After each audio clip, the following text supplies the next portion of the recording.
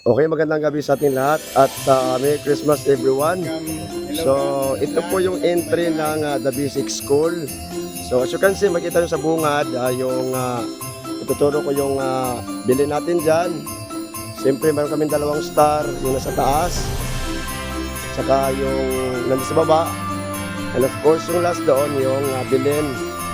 So, isa-isa natin yan. Yung star dyan, yung story na yan, yung star na yan. So actually, 6 yan sila kasi 6 na class yung current soldier namin ngayon. So 6 din na star competing for champion and runner-up. So ito po yung champion natin. Then followed by the other one, yung runner-up natin. So isa-isa natin yan para kasama nito. So yan, nakikita nyo si Jesus Christ and then sa of course, bilhin na, alam na natin lahat yan. So yung star pala yung raw material sa ginamit dito. So as you can see, ito ay dahon ng ipil-ipil o bunga sa drum. Yan ay bunga ng ipil-ipil, dinikit gamit ang stick glue. Tapos pininturahan lang yan. At saka ito naman ay kinayod na balat ng kawayan. Ito, parang nagmukhang cotton balls. Yan.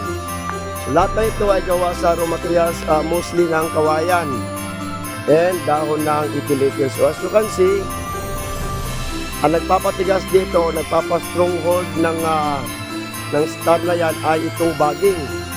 Itong nakapaikot na bagging. Yan. From here, paikot yan. Papunta doon hanggang dito sa dulo. So ayan. So champion yan. So pwede pambato yan kahit doon sa Manila. Tama? Pwede pambato kahit doon sa Manila.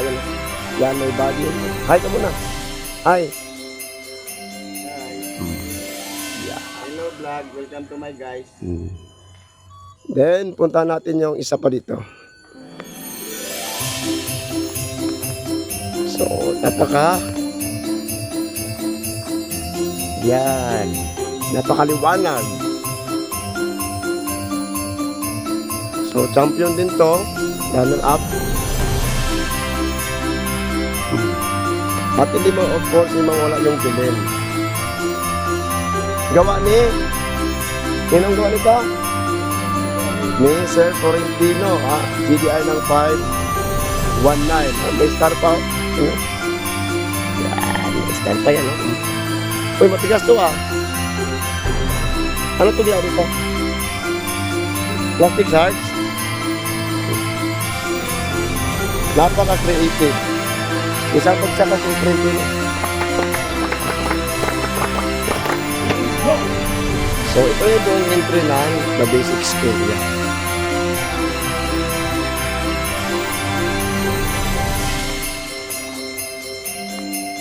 So that's it.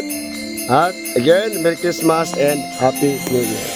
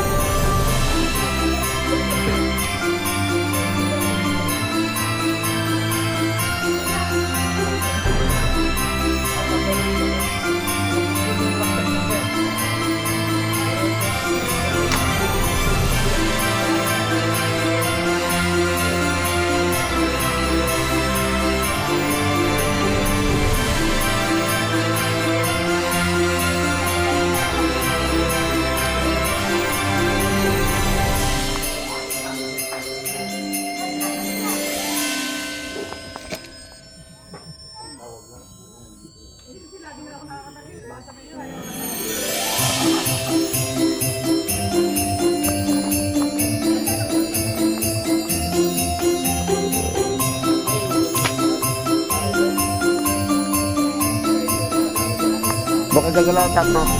Baka gagalaw. Ha?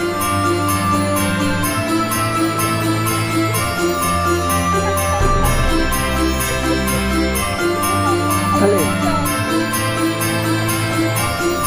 Ay! Oxygen.